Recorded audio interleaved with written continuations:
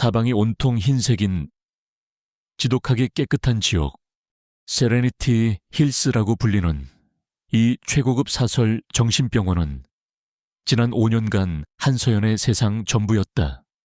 그녀는 이곳에서 가장 순종적이고 가장 조용한 환자였다. 제 시간에 약을 먹고 의사의 말에 고개를 끄덕였으며 아무런 감정도 드러내지 않았다.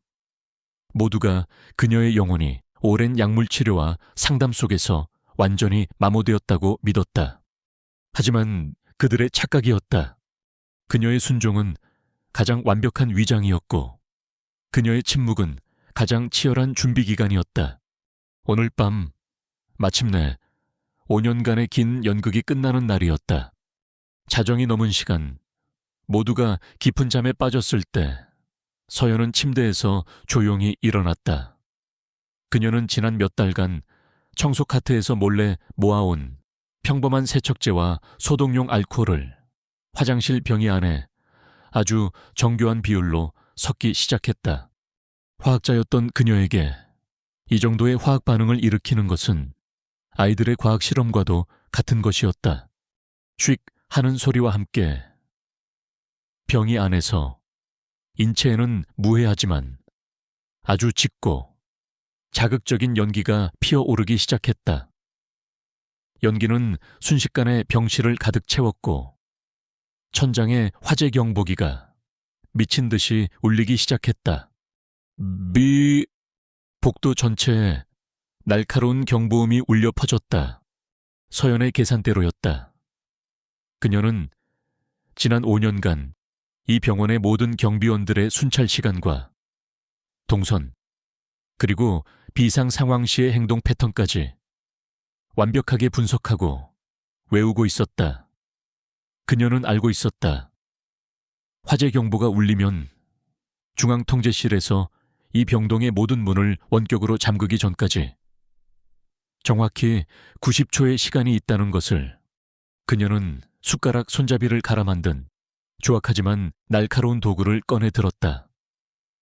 그리고는 낡은 병실 창문의 자물쇠에 틈새에 끼워 넣고 아주 능숙하게, 그러나 단 한 번의 움직임으로 자물쇠를 파괴했다. 그녀는 5층 높이의 창문 밖으로 조금의 망설임도 없이 뛰어내렸다. 그녀는 미리 위치를 파악해둔 두꺼운 나무 위로 정확하게 착지했다. 온몸이 찢어지는 듯한 고통이 있었지만 그녀는 신음소리 한 번 내지 않았다. 그녀가 어둠 속을 달리는 동안 그녀의 머릿속에 5년 전의 기억이 섬광처럼 스쳐 지나갔다. 5년 전 밝고 희망이 가득했던 연구실, 젊고 총명했던 화학자 한서연은 자신이 사랑하는 약혼자 강태민에게 자신의 위대한 발견에 대해 흥분된 목소리로 설명하고 있었다. 태민 씨, 이것 봐요. 내가 해냈어요. 뇌세포의 노화를 역행시킬 수 있는 혁신적인 신물질을 찾아냈다고요. 이 약만 있으면 알츠하이머나 파킨슨병 같은 끔찍한 질병으로 고통받는 수많은 사람들을 구할 수 있을 거예요. 그녀의 눈은 인류를 구원할 수 있다는 순수한 열정으로 빛나고 있었다. 약혼자 태민과 그녀의 지도교수였던 김 교수는 그런 그녀를 자랑스러운 눈빛으로 바라보며 그녀의 성공을 축하해 주었다. 그녀는 그들의 그 따뜻한 눈빛이 사실은 자신의 모든 것을 빼앗으려는 탐욕스러운 맹수의 눈빛이었다는 것을 전혀 알지 못했다.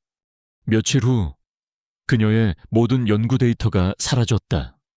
그리고 태민과 김 교수는 그녀의 연구를 자신들의 이름으로 특허 출원했다.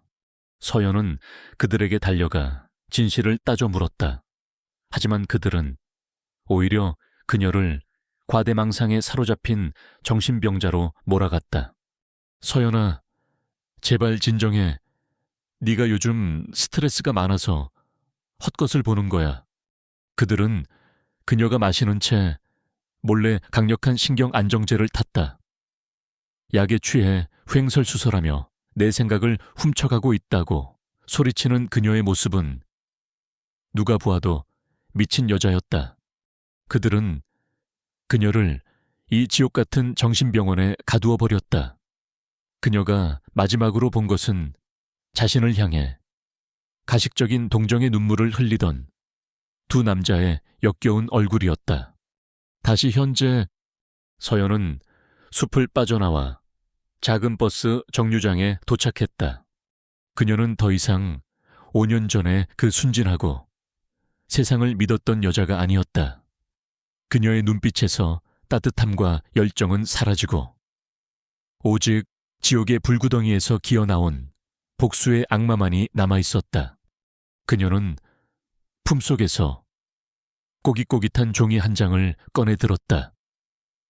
그곳에는 그녀가 지난 5년간 매일 밤 자신의 피로 새겨 넣은 세 개의 이름이 적혀 있었다.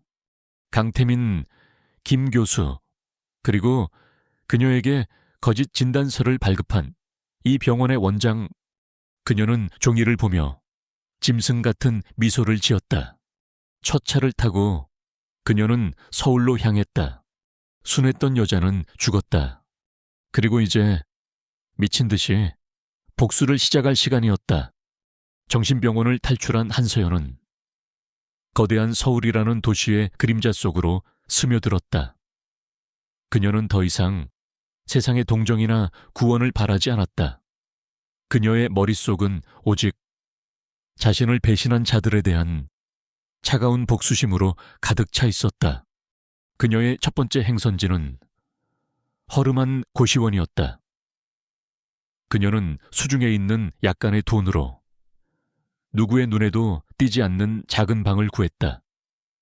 그리고는 그녀의 복수 계획, 그 첫 단계를 실행하기 시작했다. 그녀는 공중전화를 이용해 단 한 사람에게 연락했다. 정신병원에서 유일하게 자신을 환자가 아닌 사람으로 대해주었던 젊고 마음 따뜻했던 간호사 박소희였다. 서연은 소희가 자신을 의심하지 않고 도와줄 것이라는 작은 희망을 걸었다. 며칠 후 두 사람은 약속된 장소인 한적한 공원에서 만났다. 서연 씨, 정말 괜찮으세요? 대체 어떻게? 소희는 5년 만에 만난 서연의 모습에 말을 잇지 못했다. 한때 생기 넘치고 총명했던 그녀의 눈빛은 이제 깊이를 알 수 없는 어둠과 서늘한 분노로 가득 차 있었다. 서연은 자신의 지난 5년간의 이야기와 자신이 당했던 끔찍한 배신에 대해 담담하게 털어놓았다. 그녀의 이야기가 끝났을 때 소희는 분노와 연민으로 눈물을 흘렸다. 그녀는 서연의 결백을 처음부터 믿고 있었다. 제가 뭘 도우면 될까요? 소희는 이제 그녀의 유일한 공범이자 가장 든든한 조력자가 되어주기로 결심했다. 그녀는 자신의 작은 아파트를 서연의 비밀스러운 아지트로 제공했다. 이제 복수를 위한 모든 준비는 끝났다. 서연의 첫 번째 심판 대상은 그녀의 지도 교수였던 김 교수였다. 그는 그녀의 논문을 가로채 자신의 이름으로 발표하고 학계에 존경받는 석학 행세를 하고 있었다. 서연은 소희의 낡은 노트북 앞에 앉았다. 그녀는 지난 5년간 약물에 취해 멍하니 벽만 바라보며 시간을 보낸 것이 아니었다. 그녀는 머릿속으로 수없이 자신의 복수를 시뮬레이션했다. 그녀의 손가락이 키보드 위에서 5년 만에 다시 춤을 추기 시작했다. 그녀는 먼저 김 교수가 재직 중인 대학의 허술한 서버를 해킹했다. 그녀는 그의 모든 이메일과 연구 기록, 그리고 개인 파일까지 모두 손에 넣었다. 역시 그녀의 예상대로였다. 김 교수는 그녀의 논문뿐만 아니라 과거 다른 제자들의 연구 결과물들까지 상습적으로 표절하고 자신의 성과로 둔갑시켜온 파렴치한 학문 사기꾼이었다. 서연은 이 증거들을 그냥 언론에 터뜨리지 않았다. 그것은 너무나도 시시한 복수였다. 그녀는 그가 가장 중요하게 생각하는 학자로서의 명예를 가장 학술적이고 가장 굴욕적인 방식으로 산산조각 내기로 결심했다. 그녀는 익명의 해외 연구자 신분으로 김 교수의 가장 유명한 논문 몇 편의 데이터 조작과 표절 혐의를 조목조목 그리고 완벽한 증거와 함께 분석한 한 편의 반박 논문을 작성했다. 그리고는 그 논문을 국내외 모든 관련 학계의 저명한 교수들과 가장 권위 있는 국제학술지에 동시에 투고했다. 며칠 후 학계는 발칵 뒤집혔다. 김 교수의 모든 업적이 사실은 거짓과 표절로 이루어진 사기극이었다는 사실이 밝혀지자 그를 향한 존경은 순식간에 경멸과 비난으로 바뀌었다. 학술지들은 그의 논문을 철회했고 대학은 긴급징계위원회를 소집했다. 이 모든 상황을 김 교수는 믿을 수가 없었다. 누가 어떻게 이렇게 완벽하게 자신의 모든 것을 파괴할 수 있었을까? 그의 머릿속에 단 한 사람의 얼굴이 공포와 함께 떠올랐다. 한서연, 그 계집애가 돌아왔다. 그는 패닉에 빠져 자신의 유일한 공범이자 이제는 거대 제약회사의 CEO가 되어 있는 강태민에게 전화를 걸었다. 태민아, 큰일 났다. 한서연, 그 계집애가 정신병원에서 탈출했어. 지금 이 모든 건 그 계집애 짓이 틀림없어. 성공 가도를 달리던 강태민 역시 5년 전 자신들이 묻어버렸다고 생각했던 과거의 망령이 복수의 악마가 되어 돌아왔다는 사실에 경악을 금치 못했다. 그날 밤 서연과 소희는 작은 아파트에서 TV 뉴스를 보고 있었다. 뉴스에서는 대한민국 학계를 뒤흔든 김 교수의 표절 스캔들에 대해 대서특필하고 있었다. 제자들의 공로를 가로챈 파렴치한 교수의 몰락을 모두가 통쾌해하고 있었다. 소희는 자신의 옆에 앉아 무표정한 얼굴로 뉴스를 보고 있는 서연을 경애와 두려움이 뒤섞인 눈으로 바라보았다. 서연의 얼굴에 아주 희미한 그러나 얼음처럼 차가운 미소가 떠올랐다. 그녀의 시선은 뉴스 화면 속 김 교수의 몰락 뒤에 자료 화면으로 등장하는 자신의 다음 사냥감 CEO 강태민의 얼굴에 고정되어 있었다. 그녀의 복수극, 그 첫 번째 막은 성공적으로 끝났다. 그리고 이제 진짜 전쟁이 시작될 참이었다. 김 교수의 몰락은 강태민에게는 거대한 경고였다. 그는 5년 전 자신들이 완벽하게 제거했다고 믿었던 한서연이 유령이 되어 돌아와 복수의 칼날을 휘두르기 시작했다는 것을 직감했다. 그의 성공 신화, 그리고 그의 모든 것을 지탱하고 있던 거대한 거짓의 성이 이제 그녀의 손에 의해 무너져 내릴지도 모른다는 공포가 그의 목을 조여왔다.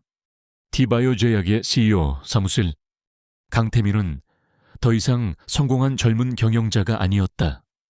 그는 과거의 망령에 쫓기는 겁에 질린 범죄자였다. 찾아내. 그는 자신의 보안팀장, 전직 경찰 출신인 그에게 차갑게 명령했다. 정신병원에서 탈출한 한서연, 그 여자를 무슨 수를 써서라도 찾아내. 그녀는 위험하고 망상에 빠진 환자야. 회사에 혹은 다른 사람에게 해를 끼치기 전에 반드시 찾아내야만 해. 그는 동시에 세레니티 힐스 정신병원의 오 원장에게 전화를 걸었다. 그는 병원에 대한 거액의 후원금을 약속하며 자신의 범죄를 위한 공모를 제안했다. 원장님, 한서연에 대한 경찰 실종 신고와 함께 그녀가 얼마나 위험한 환자인지에 대한 의학적 소견을 언론에 흘려주셔야겠습니다. 며칠 후 세상의 여론은 다시 한번 뒤바뀌기 시작했다. 학계의 비리를 고발한 익명의 제보자는 이제 위험한 망상에 빠진 정신병원 탈출 환자로 둔갑해 있었다. 언론에서는 그녀가 과거 자신의 연구 결과를 인정받지 못하자 동료들을 모함하고 과대망상에 빠져 정신병원에 입원하게 되었다는 병원 관계자의 익명 인터뷰를 대서특필했다.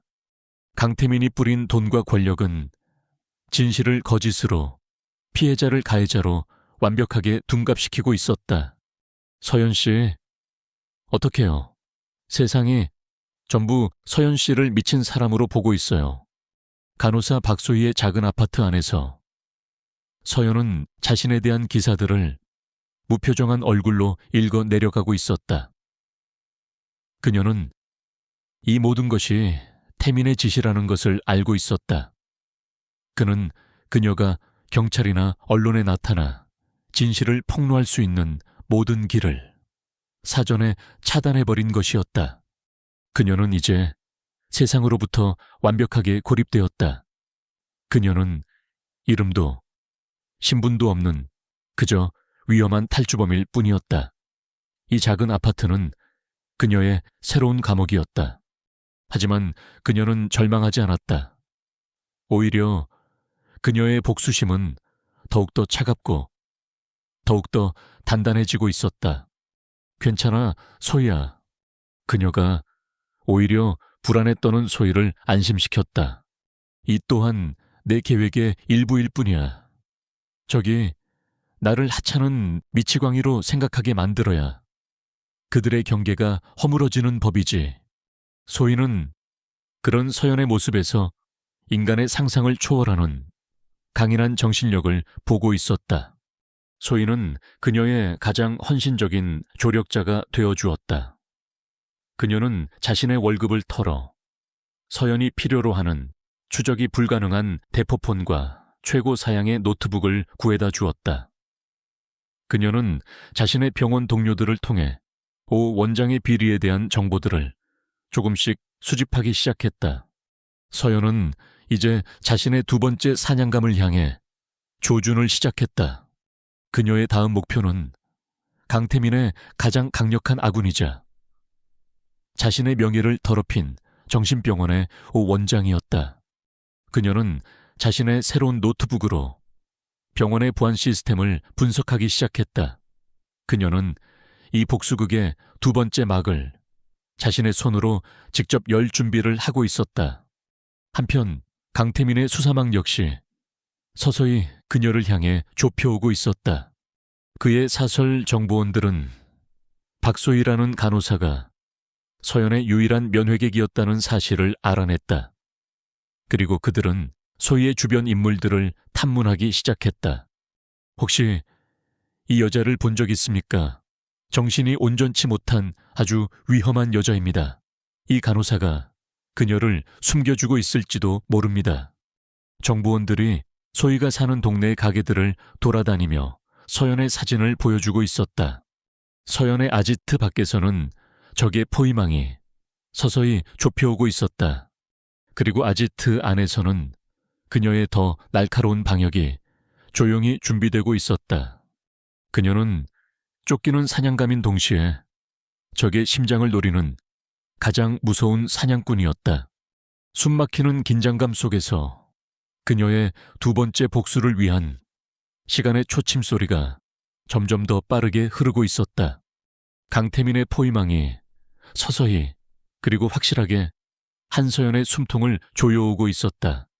어느 날 저녁 간호사 박소희가 하얗게 질린 얼굴로 아파트로 돌아왔다. 언니, 큰일 났어요. 동네 가게에서 어떤 아저씨들이 언니 사진을 보여주면서 행방을 묻고 다니는 걸 봤어요. 태민 씨가 고용한 사람들 같아요. 서연은 올 것이 왔다는 것을 직감했다. 그녀에게 남은 시간은 이제 얼마 없었다.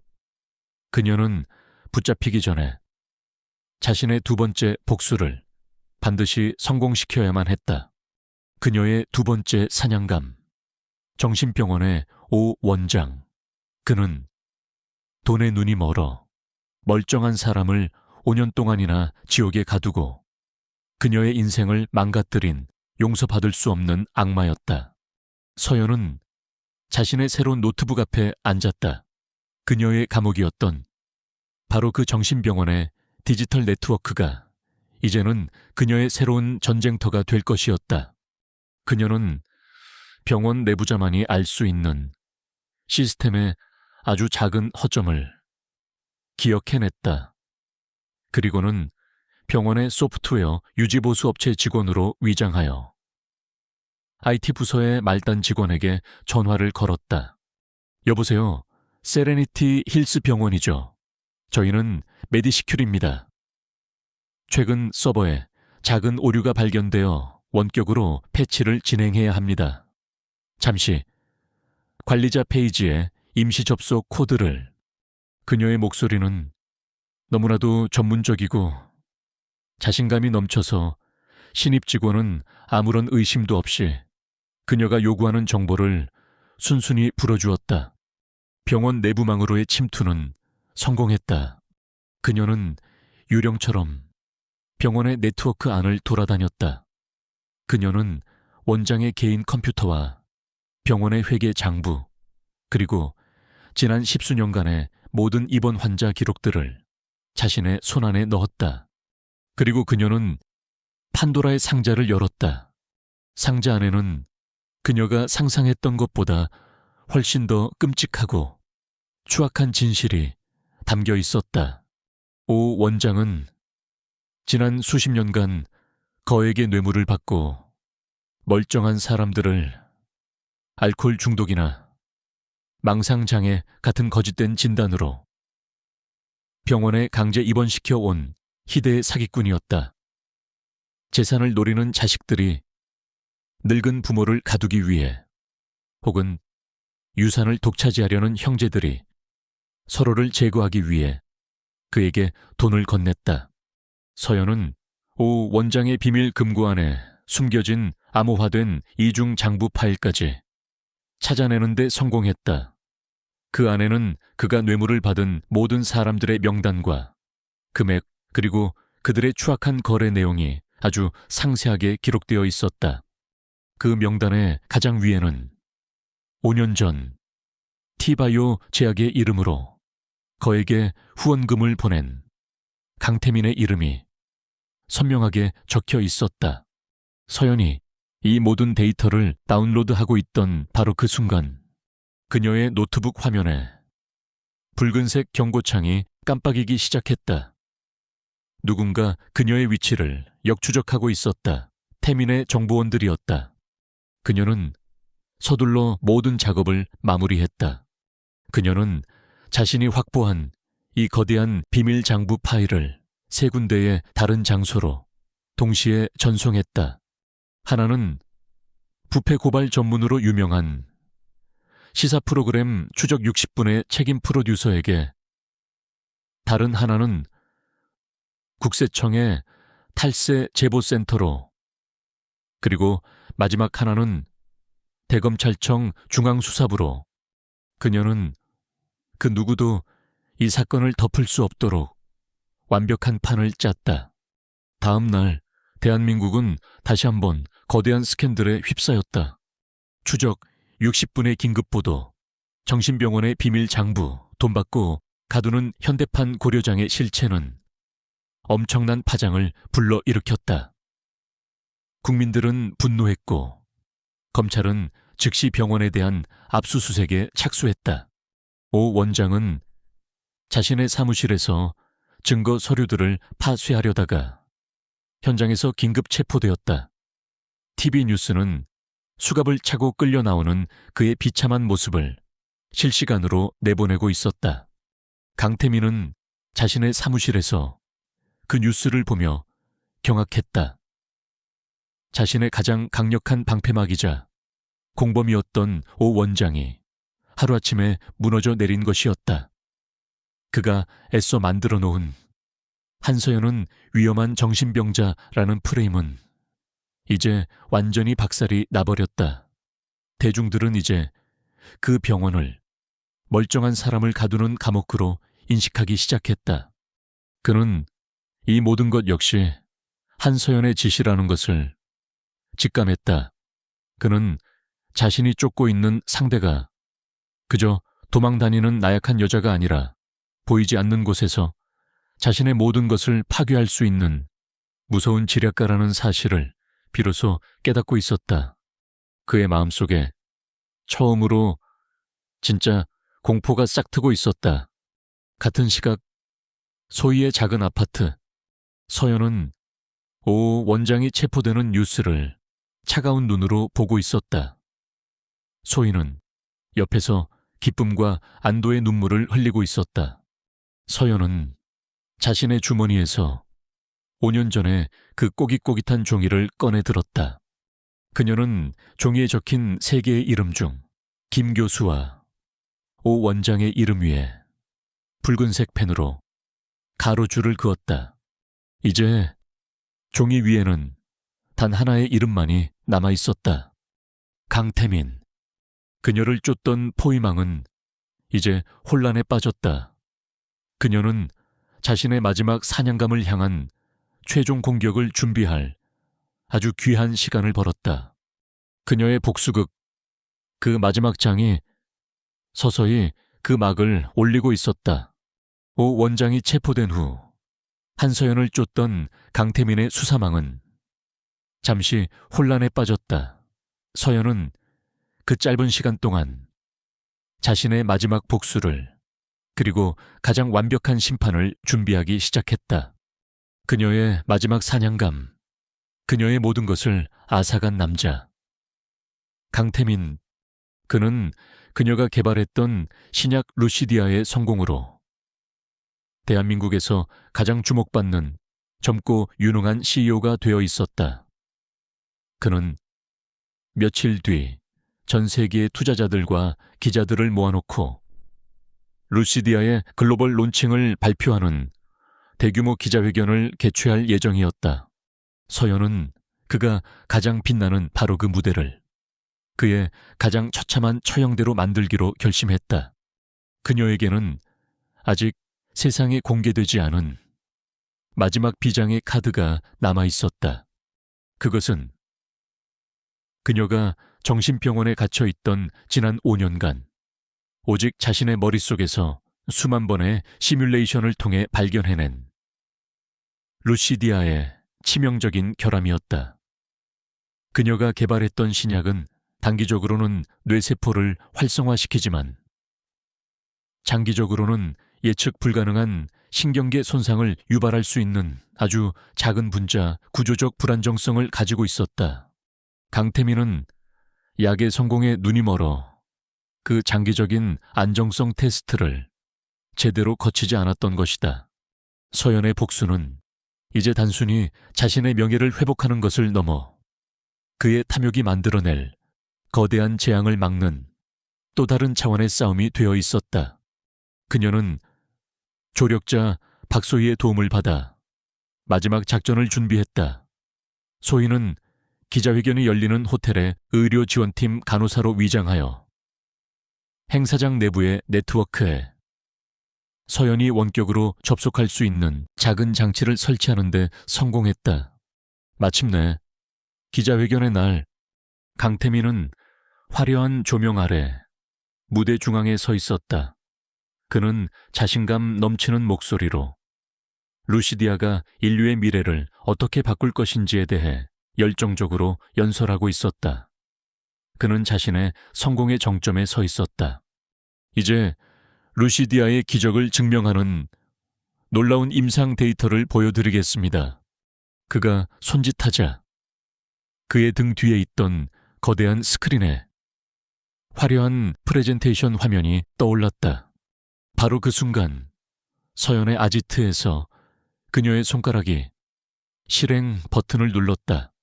스크린 화면이 치직 소리를 내며 잠시 검게 변했다. 그리고는 강태민이 준비한 것이 아닌 전혀 다른 화면이 나타났다. 연구 노트 HSY07과 특허 KR 첸 2025군 루시디아의 비교 분석.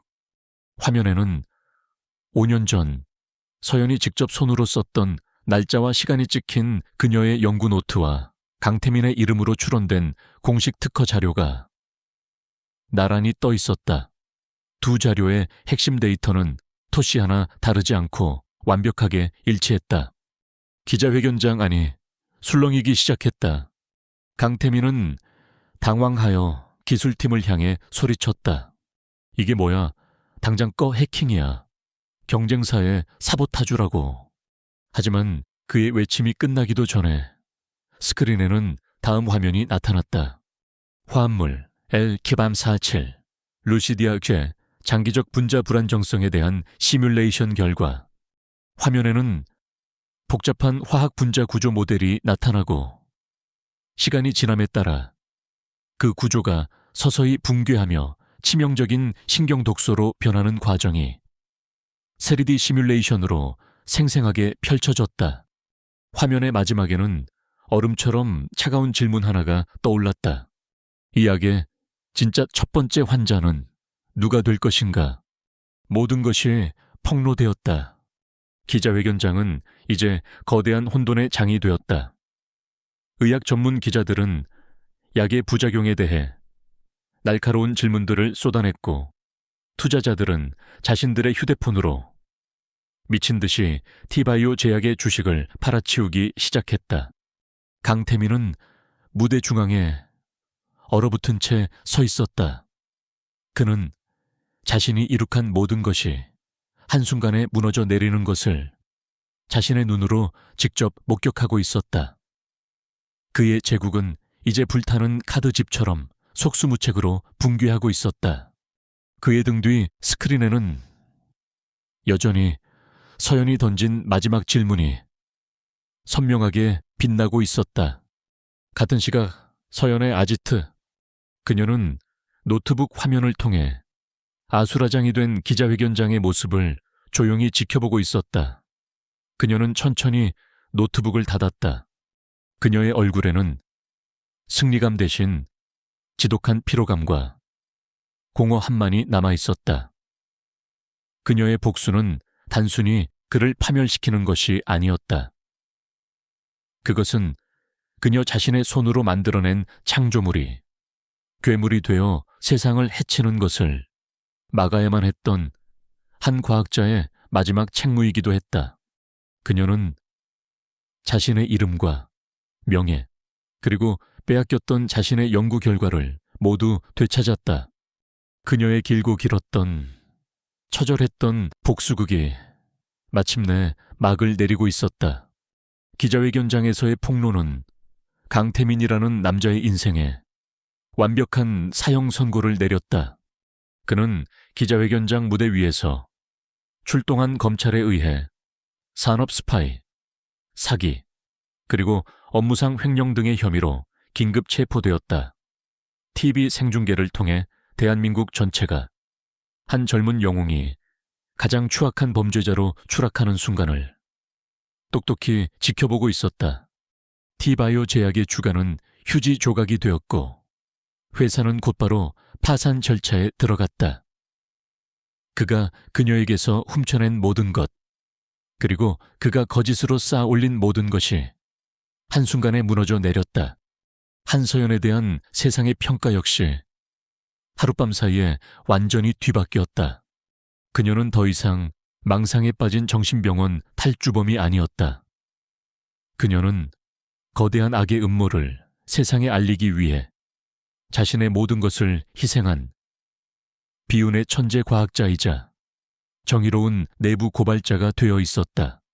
모든 소동이 끝난 후 서연은 검찰에 출두하여 참고인 자격으로 조사를 받았다.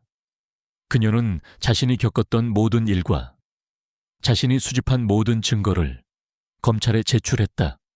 그녀의 증언과 증거를 바탕으로 과거 그녀에게 내려졌던 모든 정신과적 진단과 강제 입원 기록은 공식적으로 그리고 법적으로 완전히 무효화되었다. 그녀는 5년 만에 자신의 이름과 자신의 인생을 온전히 되찾았다. 하지만 그녀의 마음은 기쁘지 않았다. 박소희의 작은 아파트로 돌아온 그녀의 영혼은 길고 길었던 전쟁이 끝난 후에 텅 빈 폐허와도 같았다. 복수는 끝났지만 그 자리에는 공허 한만이 남아있었다. 언니, 이제 다 끝났어요. 좋은 세상이 올 거예요. 소희가 그런 그녀를 위로하며 말했다. 소희야, 서연이 텅 빈 눈으로 그녀에게 물었다. 내가 정말 악마가 되어버린 건 아닐까? 내 복수를 위해서 너무나 많은 것을 파괴해버린 것 같아. 그 사람의 인생, 그리고 어쩌면 나 자신까지도. 그녀의 목소리에는 자신을 향한 깊은 회의와 혐오가 담겨 있었다. 소희는 그런 그녀의 손을 따뜻하게 잡아주었다. 아니에요, 언니. 소희의 목소리는 단호했다. 언니는 악마가 아니었어요. 언니는 의사였어요. 아주 거대하고 위험한 암덩어리를 세상에서 제거하기 위해 자신의 모든 것을 걸고 외로운 수술을 집도해야만 했던 외과 의사요. 언니는 그 사람들을 파괴한 게 아니에요. 언니는 그 약으로 인해 고통받았을지도 모를 수많은 사람들을 구해낸 거예요. 소희의 그 한마디가 서연의 마음속에 남아있던 마지막 어둠을 걷어내는 한 줄기 빛이 되어주었다. 며칠 후 서연에게 예상치 못했던 손님들이 찾아왔다. 보건복지부의 고위 관료와 대한민국 최고의 제약회사들의 회장들이었다. 그들은 서연의 천재적인 연구 능력과 그녀가 보여준 연구자로서의 높은 윤리성에 깊은 감명을 받았다고 했다. 그들은 그녀에게 파격적인 제안을 했다. 정부와 제약사들이 함께 거대한 자금을 투자하여 그녀의 이름을 딴 독립적인 신경과학연구소를 설립해 주겠다는 것이었다. 그곳에서 그녀가 루시디아의 치명적인 결함을 수정하고 인류를 위한 위대한 신약을 자신의 손으로 그리고 올바른 방식으로 완성해달라는 것이었다. 그것은 그녀가 지난 5년간 그 차가운 정신병원에서 단 한순간도 잊지 않고 꿈꾸어왔던 바로 그 기회였다. 그녀는 자신의 복수가 파괴가 아닌 새로운 창조를 위한 하나의 과정이었을지도 모른다고 처음으로 생각했다. 그녀는 그들의 제안을 받아들였다. 그녀는 이제 자신의 과거와 화해할 준비가 되어 있었다. 며칠 후 그녀는 자신의 이름이 붙게 될 새로운 연구소의 부지를 찾아갔다. 그곳은 아직 아무것도 없는 텅 빈 공간이었다. 하지만 그녀의 눈에는 그곳에 세워질 최첨단 연구실과 자신과 함께할 열정적인 연구원들, 그리고 그들의 손에서 태어날 인류의 미래를 바꿀 위대한 신약의 모습이 선명하게 그려지고 있었다. 복수의 악마는 이제 그 무거운 가면을 벗고 자신의 자리로 돌아왔다. 세상을 구원할 천재 과학자의 모습으로 그녀의 새로운 평화, 그녀의 진짜 인생, 그 두 번째 막이 이제 막 희망의 빛과 함께 오르고 있었다. 1년 후 대한민국 최고의 뇌과학연구소, 서현신경과학연구소의 개소식이 열렸다. 그곳은 정부와 국내외 최고의 제약사들이 오직 한 사람, 한서연 박사의 천재성을 믿고 전폭적인 지원을 아끼지 않은 최첨단 과학의 성전이었다. 연구소의 소장이 된 한서연은 더 이상 과거의 상처에 얽매인 복수의 악마가 아니었다. 그녀는 단정한 흰색 가운을 입고 자신의 연구와 비전에 대해 자신감 넘치고 또 열정적으로 이야기하는 세상이 존경하는 과학자로 다시 태어나 있었다. 그녀가 강태민의 탐욕으로 인해 괴물이 될 뻔했던 신약 루시디아의 치명적인 결함을 완벽하게 수정하여 아타락시아라는 새로운 이름으로 세상에 내놓은 뒤였다. 아타락시아는 초기 알츠하이머병 치료에 획기적인 효과를 보이며 전 세계 수많은 환자들과 그 가족들에게 새로운 희망이 되어주고 있었다. TV 뉴스에서는 그녀의 약을 투여받고 몇 년 만에 처음으로 손주의 이름을 기억해낸 한 할머니의 감동적인 사연이 연일 보도되었다. 그녀의 복수는 가장 위대한 방식, 즉 인류에 대한 공헌으로 완성된 것이었다. 한편 그녀의 전 약혼자 강태민은 감옥에서 자신의 죄수복에 새겨진 번호로 불리며 남은 인생을 보내고 있었다. 그는 TV 뉴스를 통해 자신이 훔쳤던 그 약이 한서연의 손에서 얼마나 위대한 약으로 다시 태어났는지를 매일같이 지켜보아야만 했다. 그것은 그가 평생에 걸쳐 받아야 할 가장 큰 형벌이었다. 서연은 연구 활동 외에 또 다른 일에 자신의 열정을 쏟고 있었다. 그녀는 자신이 겪었던 끔찍한 경험을 바탕으로 세레니티 힐스 사건과 같이 억울하게 정신병원에 감금된 피해자들을 돕기 위한 재단을 설립했다. 어느 날 그녀는 재단이 운영하는 쉼터를 찾아 최근에 구출된 한 젊은 여성을 만나고 있었다. 여성은 여전히 공포에 떨며 세상을 믿지 못하고 있었다. 서연은 자신의 이야기를 모두 털어놓지는 않았지만 그녀의 손을 따뜻하게 잡아주며 말했다.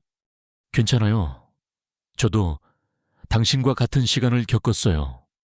세상이 당신의 마음과 당신의 시간을 모두 훔쳐갔다고 생각하겠죠. 하지만 아니에요. 당신은 그 지옥 속에서 살아남은 아주 강한 생존자예요. 그리고 이제 당신의 새로운 인생이 시작될 거예요. 우리가 함께 도울게요. 그녀는 자신의 아픔을 다른 사람의 상처를 치유하는 따뜻한 희망으로 바꾸어내고 있었다. 모든 일이 끝난 밤, 그녀는 자신의 연구소, 가장 깊숙한 곳에 있는 개인 연구실에 홀로 앉아 있었다. 창밖으로는 도시의 불빛이 별처럼 펼쳐져 있었다. 그녀는 자신의 컴퓨터 화면에 떠 있는 새로운 화합물의 분자 구조 모델을 바라보고 있었다. 그것은 그녀가 새롭게 시작한 또 다른 난치병 치료제에 대한 연구였다. 그녀는 생각했다. 자신은 한때 복수라는 이름의 악마가 되었다.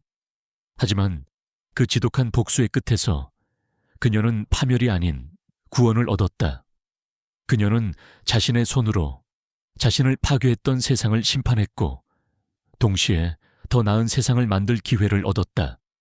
그녀의 얼굴에 아주 오랜만에 그리고 진심에서 우러나오는 평화롭고 맑은 미소가 떠올랐다. 복수의 악마는 이제 그 무거운 가면을 벗고 완전히 사라졌다. 그리고 그 자리에는 자신의 천재성을 오직 인류를 위해 사용하는 위대한 과학자 한서연만이 별처럼 빛나고 있었다. 그녀의 두 번째 봄은 그렇게 세상의 모든 아픈 이들을 위한 따뜻한 희망의 빛 속에서 영원히 계속될 것이었다. 오늘 이야기가 마음에 드셨다면 구독과 좋아요 버튼을 꼭 눌러주세요. 여러분의 작은 관심이 저에게는 큰 힘이 됩니다. 더 많은 감동과 놀라움으로 가득 찬 이야기로 다시 찾아뵙겠습니다. 감사합니다.